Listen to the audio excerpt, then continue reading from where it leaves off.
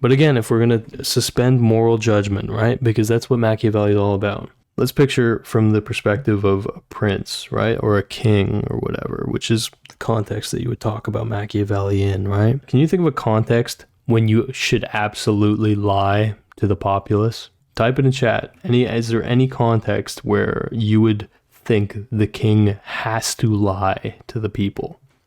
Like it is the only rational choice. So, my friend, Mr. Ben. Okay, so you're curious about Machiavelli, huh? Let's be clear. I ain't a Machiavelli scholar, okay? So take what I say with a grain of salt. But I'm assuming what you are referring to is the difference between the factual truth, like the reality of situations, and the effective truth, right? Is it effective or effectual? How do they put it? Yeah, effectual truth. That's right. Yeah, I mean, okay, so if we're talking in those terms, holy shit. Okay, the effectual truth is basically, from what I remember, the truth that is the most convenient to your goals, right? The truth that gets the result you intend for it to get, right? So the reason I would assume it's called the effectual truth is because the effect of telling this truth causes a result that might actually align, what you're saying with reality. But yeah, okay, so here's the thing, right? Here's the thing that Machiavelli understood better than the vast majority of fucking people, for sure, but even leaders. If you have ever been a leader of people, okay, and this is a big if, because if you haven't, this is probably going to sound fucking strange. Okay. But if you've ever been a leader of people in any capacity, whether it be, older brother, or if you have kids, or if you're just literally the camp counselor, all this shit, it is very expedient to lie. In fact, being honest, telling the true truth, the whole truth, okay? The actual, full picture truth is rarely the most effective, efficient, or even desirable course of action, okay? Now, that is not me saying that it is better to lie, okay? I'm not making a moral judgment, but when you're a kid, okay, when your kid basically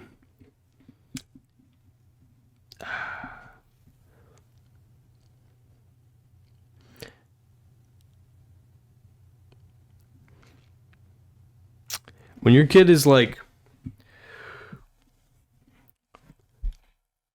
having teeth fall out and shit, okay, why the fuck do we why do we lie and say that there's a tooth fairy? Why does that happen? Well, I think in my head, the answer is because losing a tooth is actually kind of a scary fucking thing for a kid to endure, and a weird thing. And so by making it exciting, by being like, wow, you're gonna get a visit from the tooth fairy now, it is a way for the kid to not freak the fuck out and think that something's wrong because their tooth is falling out. That's real as shit from a perspective in the army. Yeah, here's the thing, man. When you're combining not telling the truth as a leader with mass death, effective, efficient, but holy fuck, is that sinister. But again, if we're going to suspend moral judgment, right? Because that's what Machiavelli is all about. Let's picture from the perspective of a prince, right? Or a king or whatever, which is the context that you would talk about Machiavelli in, right?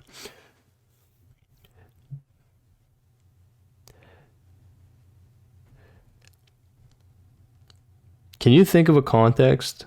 Just type it in chat. Can you think of a context when you should absolutely lie to the populace? Type it in chat. Is there any context where you would think the king has to lie to the people? Like it is the only rational choice, you know?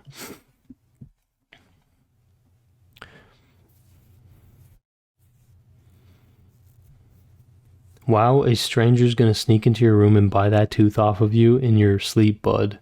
Anyway, sweet dreams. Okay, fair. Fuck you, Oxpecker.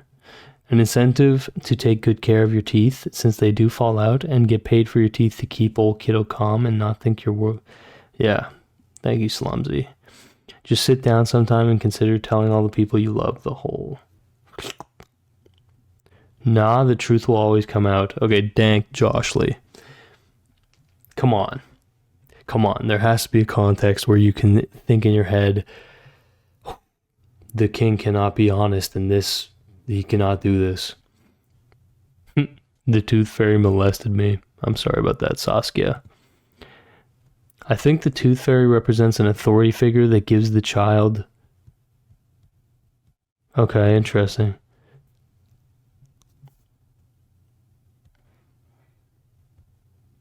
Damn, nobody... JP said that if you don't tell the truth, at least don't lie, you know? Okay, but bro, you can lie by omission. That's entirely what I'm basically saying. You don't have to lie to the populace. Consider telling the people you love the whole truth with nothing left to thought. How you really have it in your mind. That episode of Rick and Morty with that Jellybean King who died. Mr. Jellybean, dude. My mom knows what Mentos and Coke is. Consider telling the people you love the whole truth with nothing left to thought. How you really have it in your mind. That's not probably the best advice, but let me put it like this. How do I make this fucking digestible? This is a big question to ask, okay, Mr. Ben? I appreciate the contribution, but I'm also trying to appreciate the question. So it's a bit tough. Allegedly, the U.S. military would fly Black Hawk helicopters to shoot and kill uncooperative farmers' cows to test for mad cow disease. Damn. Then we're just talking about lying of omission.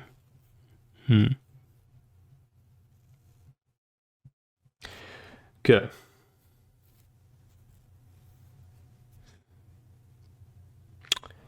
Let me tell you a context where the king should lie to his people. Here's the situation. What is the role of the king? Believe it or not, whether you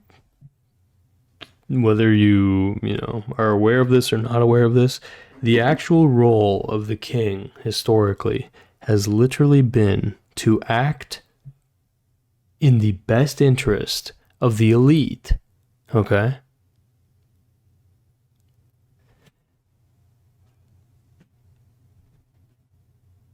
And to make sure, basically, that the peasants, or, the proletariat, whatever you would say, are satisfied. Okay? This is the role of the king, historically. Guess what? It's also the role of the government, historically. They manage class relationships, meaning, the lower classes and the higher classes. They manage the relationship between these two on behalf of the higher classes, okay? What does that mean? It's pretty fucking obvious. The higher classes always get the better end of the fucking stick, okay? They are who the king, the government, are operating to protect and to serve the interests of, all right?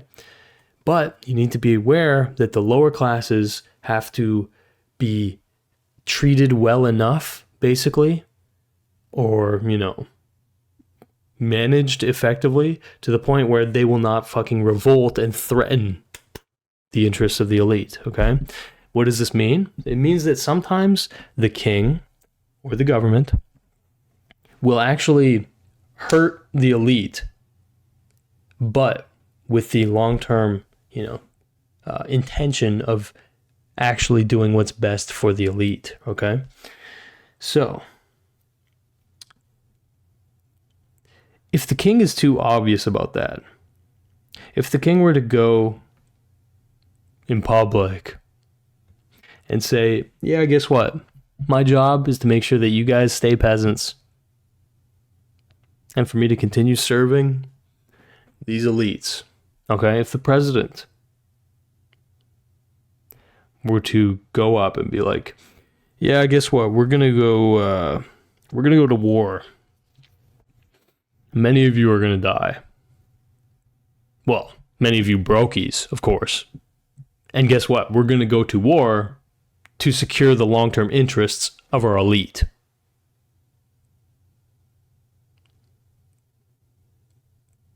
What do you think would happen?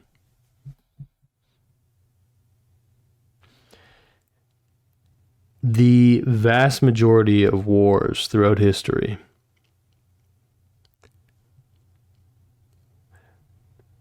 were started on the basis of the elite class, okay,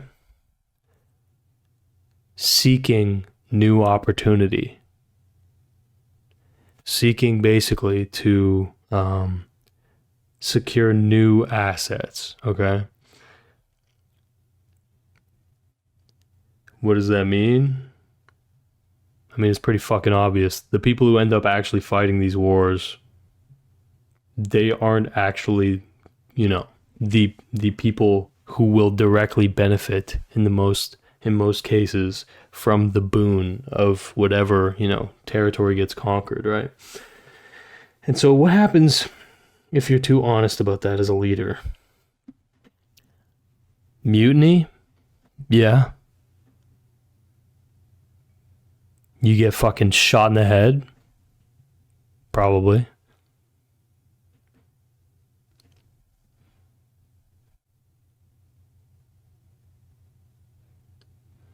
Your empire crumbles. Your legacy diminished, whatever. Yeah.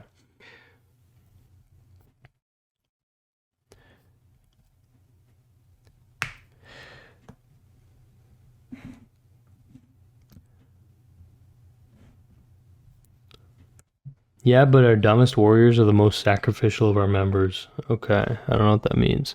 I think the reaction is what happened during the Vietnam War. Far more of a target. Yeah, exactly. So you guys get it. This is why, okay, politicians, kings, but especially politicians nowadays, because here's what you need to understand, right? Machiavelli, he was thinking in a time when there was such a degree of separation between a king, a ruler, or whatever, a prince, and the people that this prince rules over, right? There really was a big amount of separation. Okay. Nowadays, our leaders appear on camera. Every person in the country has the opportunity to listen to what they are saying. It's not just hearsay. You can't just have a good speech in front of 500 people and then those 500 people report what you said and it's like kind of just spread. Like, you can literally see the fucking president shitting his pants live on TV. You understand? And so, of course, bro, we have a nonstop flow of politicians telling us effective or effectual truths in order to secure not only their position, okay?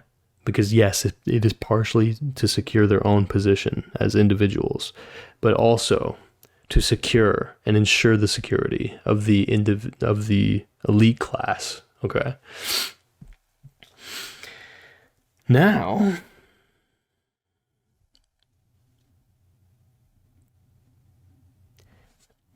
here's a more interesting kind of thing to keep in mind, okay? When would it be desirable for a leader, a king, whatever, to lie to the elite? Because of course they lie to the fucking peasants, bro. Of course, because guess what? Unfortunately, the peasants, or whatever you would say, like the lower classes, even though they're being lied to, individually they really do not have much power, right? And so, as long as, most people believe the lies, those, peasants who don't believe the lies, they don't really have much that they can do.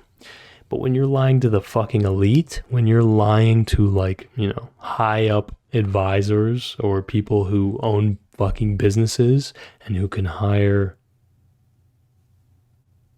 military, we're talking historical, of course. Machiavelli's time, right? Because of course there was mercenaries back then too, right? When would it be appropriate for you to lie to these people who could fuck your shit up?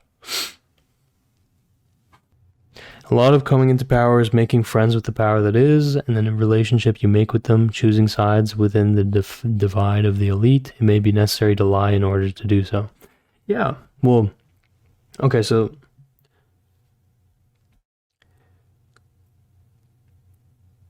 let me put it like this.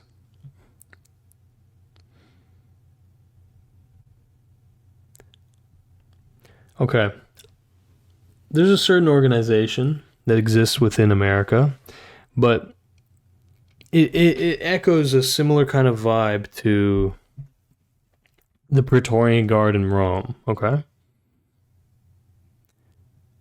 Now, for those who don't know, the Praetorian Guard in Rome was basically the elite, protector of the domestic leaders of Rome, whatever. And guess what? Sometimes they killed emperors. Okay? Sometimes they decided what was best for Rome or themselves. It was very corrupt, obviously.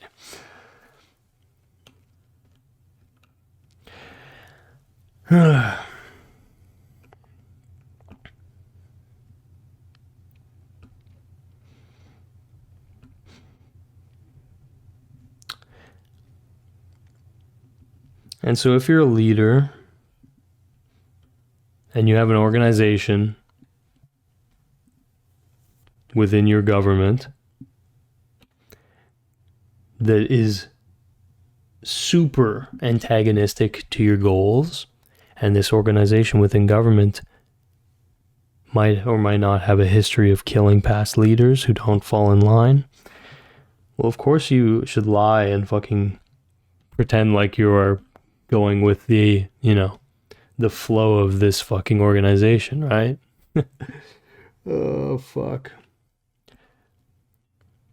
Or maybe you should just do what they say. Maybe just do what the fuck they say, but then you're not a leader. You're not really a leader at that point, are you?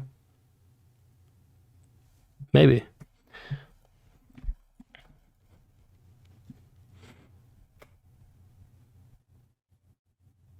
War endures because young men love it and old men love it in them. Those that fought, those that did not. Interesting. Dude, war endures because of fucking interests, bro. In most cases of power, it is decentralized, and the game of politics is inherent to forming a majority of power within that elite to see through what you see moral, which itself is subject to fallacy. Okay. Just crazy that we live in abundance, but millions are going to bed starving. Yeah. Okay. Ugh. I'm doing a bad job of bringing this to coherence. I think, at least. Let me try it again.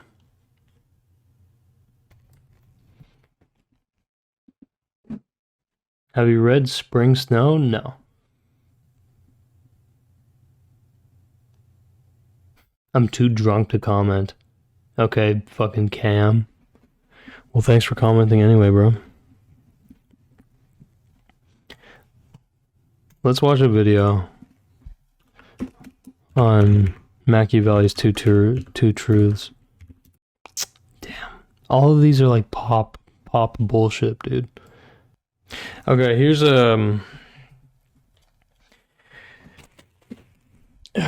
one way that kings have lied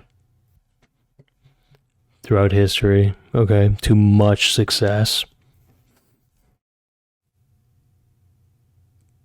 Divine right. You ever heard of this? The divine right of kings. The idea that a throne, a leadership position, a crown,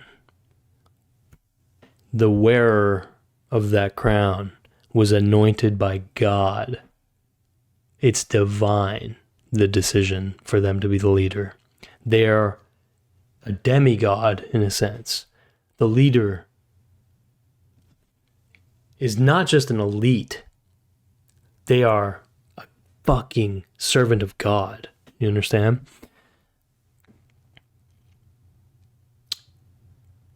If you were a leader, and the expectation of the time is to say, well, God chose me. Of course my decisions are coherent and are the best for us because it's God's will. If you're living in a time when that's the expectation, picture this. You go up, you announce proudly to everybody, you've just become king at the ripe age of 20. Because there's been 20-year-old kings, believe it or not. And you go up and you say, I have no idea what the fuck I'm doing. God's not telling me what to do.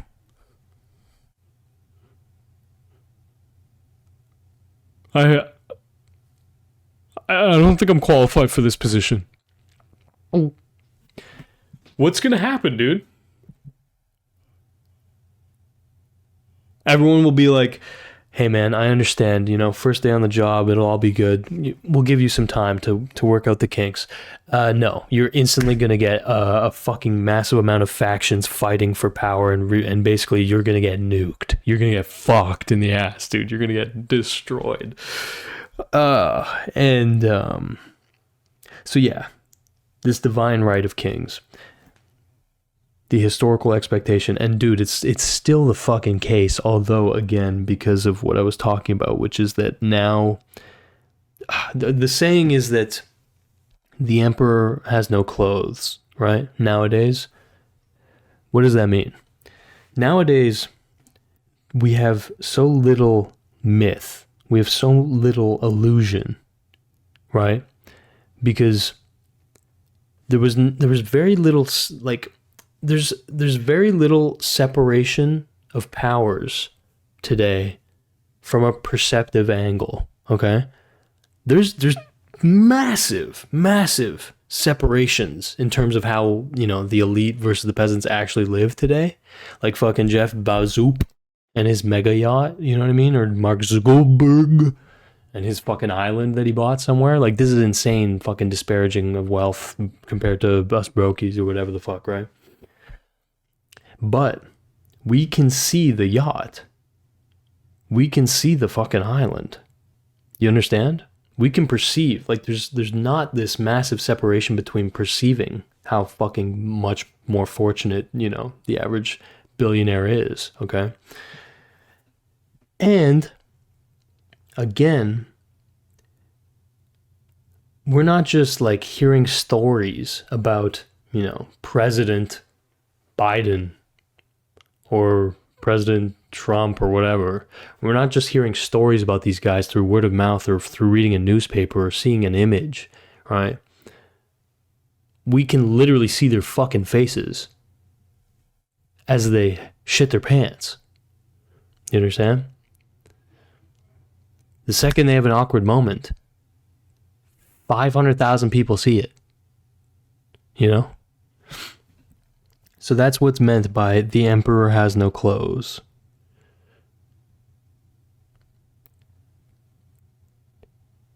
There is no longer that mystique, mysteriousness.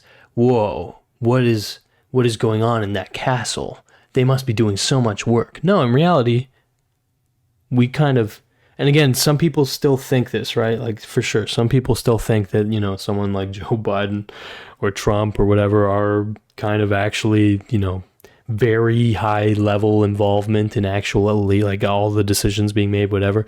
No, most of us, at least if you're watching this, probably you're aware that, like, okay, Joe Biden's a fucking puppet. He has all these advisors that are actually making decisions. More or less the same with Trump, maybe a little bit less, but whatever. The point is, okay, back in the day, you don't see the fucking king ever. And the one context where you might see the king is when he is addressing his people from his fucking castle, giving some vague speech, right?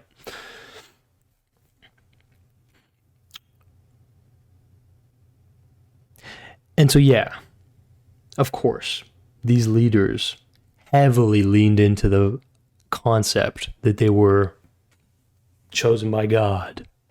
And some of them definitely believed that they were actually chosen by God, but a lot of them definitely didn't. Okay? But they still understand. If they think that God is acting through me, they will trust me. Much more blindly. And so, yes, a lot of atrocities. Okay? A lot of fuck ups, a lot of tragedies have been kind of dismissed historically by preaching, you know, a religious backing, right? Obviously, the Crusades are kind of, you know, the quintessential fucking example to an extent. You know, you're fighting for God. This is God's holy mission, whatever. But to a lesser extent, right? Like the idea of, you know, people being basically punished based on the law, right? And the law is perceived as like God's will. Do you understand? Like, isn't that a funny little angle? If you break the law, you are a sinner. Who decides the law? Well, the fucking king, the elite, whatever you would say.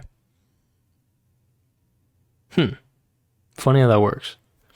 And so, of course, you know, by associating sin with breaking the law, by moralizing disobedience, whatever, you are going to inject a healthy dose of slave morality into your fucking people. What does this mean? It's a Nietzschean concept, but basically it's the idea of, I am not a sinner. I am going to sit back and accept all the hardship in my life, even though my life sucks fucking balls. I'm just going to put up with it. You know why? Because I'm going to heaven when I die. And those elites, those degenerates, anybody who's, you know, abusing their power or fucking with my life or the people I love, I don't need to seek out justice, punishment, etc. in this life, because they'll get that when they die and they burn in hell for eternity. You know? So basically that's like a cope that basically allows nothing to fucking change. You know what I mean?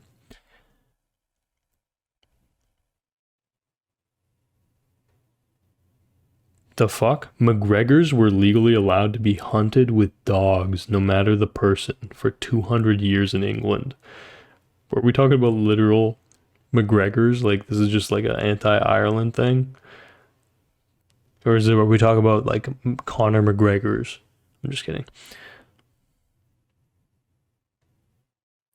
At least back in the day, there was a good chance everyone involved genuinely believed in divine mandates and holy visions and shit. Now people worship rich people just because it's so sad. Yeah, that's kind of true, Cybulus. That's kind of true. Um, Here's something interesting, okay, about leadership or whatever you would say. This might sound kind of Machiavellian to you. Ben, I don't know if you're still watching, but if you are, my friend, thank you again for all the donations, okay? I will cap off this Machiavelli conversation with this. Why do you think, serious question, why do you think we stopped doing public executions? Why? Why not, dude? It was so much fun. Well, the answer is pretty simple. When you kill someone in public, a lot can go wrong. A lot. Okay? They could be a martyr if they die for a cause that, people resonate with, especially, the peasants or whatever, lower classes. You can fuck it up. Like, the rope could snap and they survive, and then you look extra cruel when you make them fucking drop again,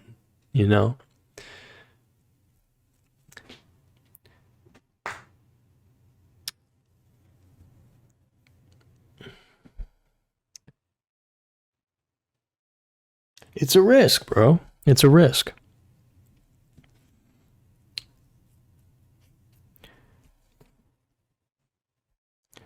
And so, you tell me, over time, have we gotten more empathetic? Have we gotten more empathetic to criminals? Probably, yeah. Probably. But the transition from public to private executions has nothing to do with, respecting human life or whatever. It has everything to do with hiding or like obscuring or mystifying state mandated murder. You know what I mean? State authorized murder. Do you understand? When you don't see it, okay? When it's out of sight, it's out of fucking mind. Would you consider that lying to your people to not allow them to see, publicly funded facilities or whatever murder people? I don't know. Another reason why, death sentences, I think, historically have ended up getting less harsh is because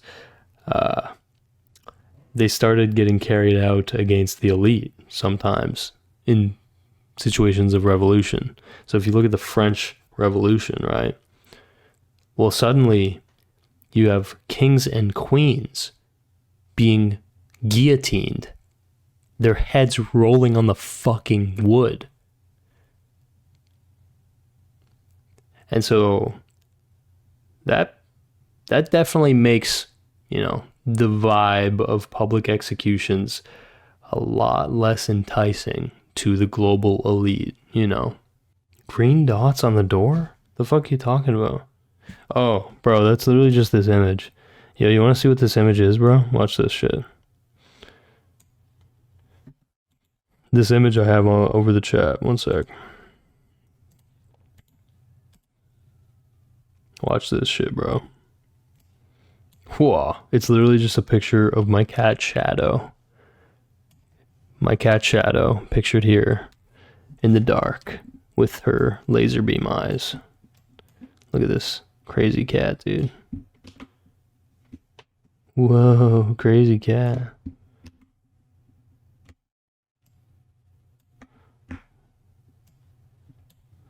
Whoa, dude. Okay, that's enough.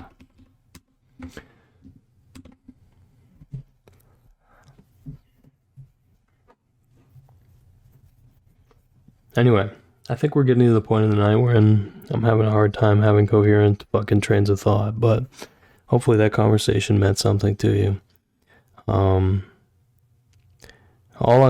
mean, look, I don't think it's a good thing inherently for a fucking leader to lie to their subjects. But here's the thing, I'm not fully convinced that it's inherently a good thing for a leader to be honest with their subjects either. Okay?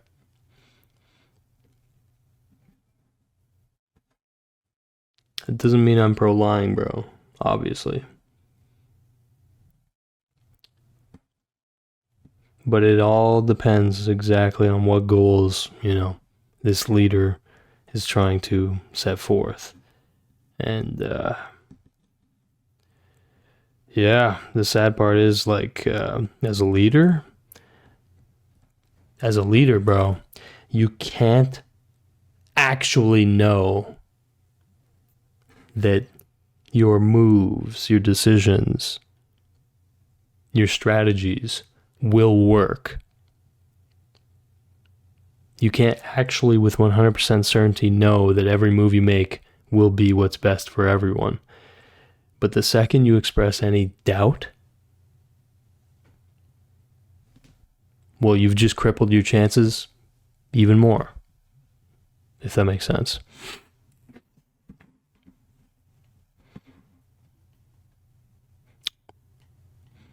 Yeah, we'll keep the stream archived, Chris, but you have to join the Discord because that's where the archive exists. If you want to listen to past streams, you can find the archive in the Gokanaru Discord. Thank you again to everybody who donated tonight. Yeah, I'm going to now talk about the Sneeko shit. Lying is good as long as you aren't caught. That's kind of utilitarian of you. I think the perfect case study is Lelouch v. Britannia. Damn, Oxpecker, that's such facts, dude. That's like a high-level liar, dude. That's like a lie for the greater good, man. The bigger the group you're talking to, the likelier there will be bad actors who will use the truth to ruin shit. After a certain point, lying is just the safer option. Yeah. Well, that's the thing. It's expedient, efficient, effective.